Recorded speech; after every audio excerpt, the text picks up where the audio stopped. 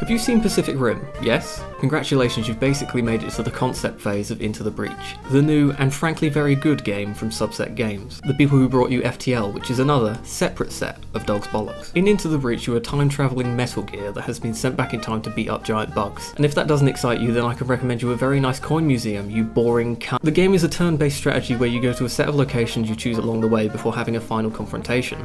Does this sound familiar at all? There's a number of different scenarios, from protecting a train, all we had to do was protect the damn train, CJ, to protecting solar farms, to accidentally murdering hundreds of civilians in a tower block.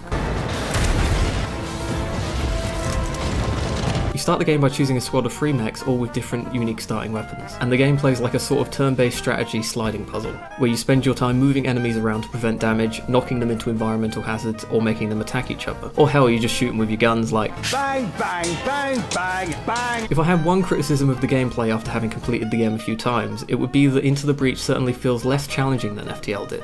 The final battle when compared to the flagship from FTL is not nearly as punishing. The flagship is clad in full leather with a bullwhip, whilst the end of Into the Breach owns one pair of fluffy handcuffs. Personally, I won't judge a game poorly based entirely off of how hard it is. It's much like people don't consider Bennett Foddy to be a work of art, but Dark Souls is considered a modern classic by many hardcore fans. There's much more to a video game than how suicidal it makes you feel. But in regards to the roguelike nature of the game, this may be a factor you want to consider. I suppose this game is a very complicated version of chess, in that it plays on an 8x8 board, and is absolutely nothing like chess as a result of every other facet of the game.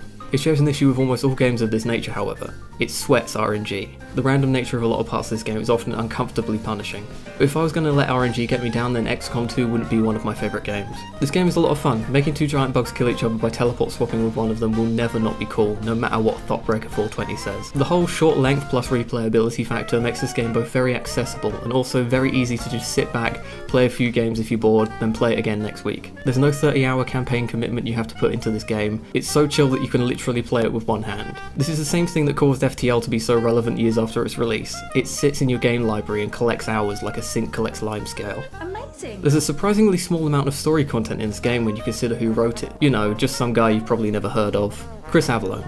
Yes, that Chris Avellone. Chris Avellone wrote this.